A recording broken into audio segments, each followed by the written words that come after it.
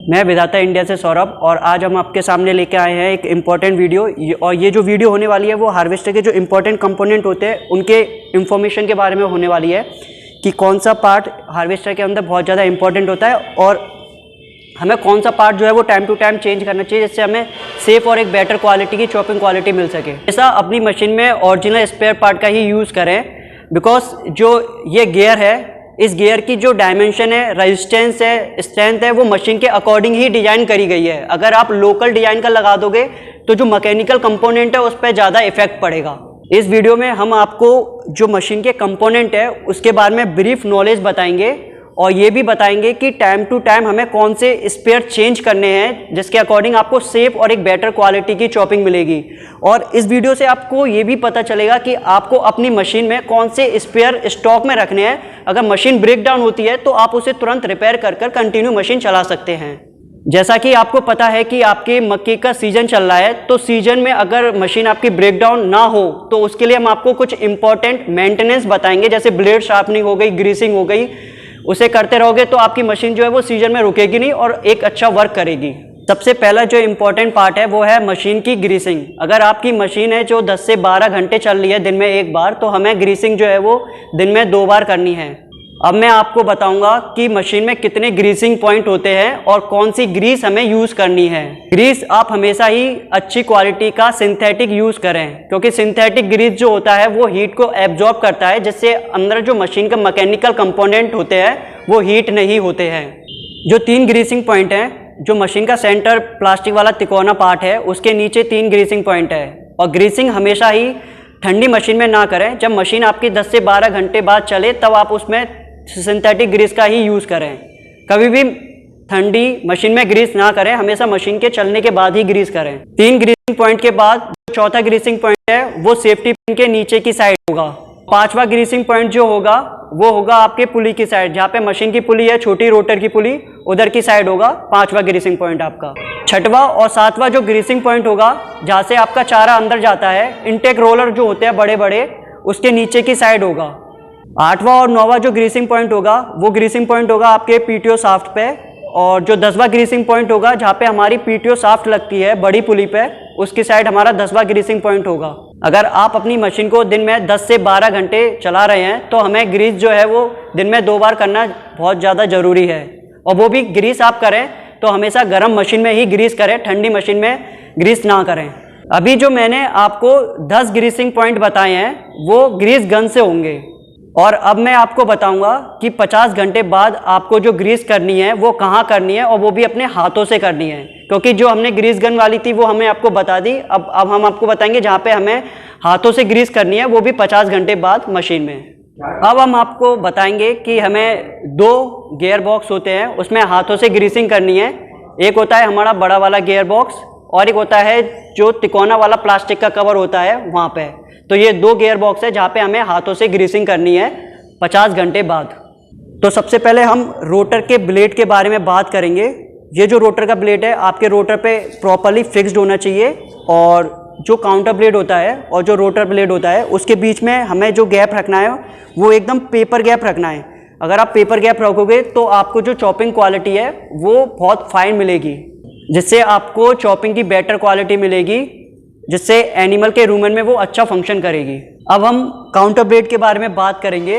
Counter blade का जो function होता है वो जो रोटर के ब्लेड होते हैं उसके साथ साथ होता है। जैसे हमारा कैंची वर्क करता है उसी तरीके से काउंटर ब्लेड वर्क करता है। काउंटर ब्लेड की 2 लाइफें होती हैं। अगर जैसे एक लाइफ आपकी वार्म आउट हो गई है तो हम इसे रिवर्स कर कर दूसरी साइड यूज़ कर सकते हैं। अगर आपके जो कॉर्नर हैं वो पूरी तरीके से घिस चुके हैं तो आपको फिर नया काउंटर ब्लेड लगाना होगा। काउंटर ब्लेड से क्या होता है, जब आपका काउंटर ब्लेड की जो कॉर्नर होते हैं वो शार्प होते हैं तो आपको एक अच्छी एफिशिएंसी में मटेरियल मशीन से मिल सकता है। अब हम शार्पनिंग स्टोन के बारे में बात करेंगे। शार्पनिंग स्टोन की हेल्प से हम ब्लेड पर धार लगाते हैं, और ब्लेड पे धार लगाने का जो टाइमिंग रहता है वो मशीन के 10 से 12 घंटे के चलने के बाद होता है। अगर आपकी मशीन सीजन में चल रही है तो आप ब्लेड पे धार जो है वो दिन में 2 बार लगा सकते हैं। ये वाला जो गियर है ये मशीन में सबसे छोटा गियर होता है, लेकिन इसका जो रोल है मशीन में वो बहुत ज़्यादा इम्पोर्टेंट होता है। ये जो गियर है इसका जो रोल होता है, जो रोटर से शाफ्ट से जो पावर आती है उसकी पावर को आगे फीडिंग रोलर तक ट्रांसमिट करता है और फीडिंग रोलर की स्पीड को भी ये छोटा सा जो गियर है कंट्रोल करता है। अब हम जो बात करेंगे वो बात करने वाले हैं फीडिंग ड्रम के जो ब्लेड्स होते हैं।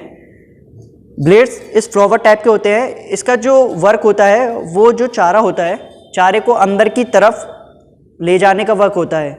इसके ये शार्प कॉर्नर होते हैं, इसके थ्रू चारा कटता है और उसके अंदर जाता है। अगर जैसे आपका ये साइड जो है वो घिस गए हैं तो आप दोनों को इंटरचेंज कर सकते हो। मशीन में 2 फीडिंग ड्रम हैं और दोनों पे ही ये फ्लावर लगे होते हैं। अगर जैसे आपका राइट साइड का फ्लावर जो है उसके जो कॉर्नर हैं वो घिस चुके हैं तो आप उसे राइट में चेंज कर सकते हो और राइट वाले को लेफ्ट में चेंज कर सकते हो। अब हम बात करेंगे टेंशन स्प्रिंग की।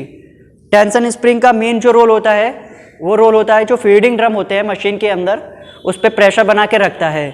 जब आपका चारा मशीन के अंदर जाता है तो फीडिंग ड्रम चारे पे प्रेशर बनाकर रखता है जिससे आपको फाइन क्वालिटी का चारा और चॉपिंग साइज मिलती है। अगर आपके लॉन्ग पार्टिकल जो बाहर आ रहे हैं उसको भी ये स्प्रिंग जो होता है फीडिंग ड्रम स्प्रिंग कंट्रोल करता है। अब हम हार्वेस्टर की जो बेल्ट होती है उसके बारे में बात करेंगे। हमें बेल्ट जो है हार्वेस्टर की वो टाइम टू टाइम चेक करते रहनी चाहिए। अगर वो लूज़ हो गई है तो उसे टाइट करिए। अगर एक और बात ध्यान रखने की है, इसके अंदर जो ग्रूव होते हैं उसमें ऑयल नहीं होना चाहिए और ग्रीस नहीं होनी चाहिए। अगर ग्रीस होगी तो बेल्ट आपकी स्लिप करेगी। और एक बात ध्यान रखने की और है, बेल्ट को ना तो ज़्यादा टाइट करें और ना ज़्यादा लूज़ करें। अगर ज़्यादा बेल्ट टाइट होगी तो आपकी जो मशीन के अंदर बेरिंग है वो बेरिंग पे इफेक्ट डालेगी। तो हमेशा बेल्ट को मीडियम ही टाइट करें, ज़्यादा टाइट ना करें। अब हम सेफ्टी पिन के बारे में बात करेंगे। सेफ्टी पिन जो होती है वो मशीन में प्रोटेक्शन का काम करती है। अगर जैसे मशीन में कोई बड़ा ब्रेकडाउन या फॉल्ट होने वाला है तो उससे पहले सेफ्टी पिन टूट जाती है और ये मशीन का बहुत बहुत बहुत इंपॉर्टेंट पार्ट होता है। और हमेशा जो मशीन में सेफ्टी पिन है वो ओरिजिनल ही यूज़ करें।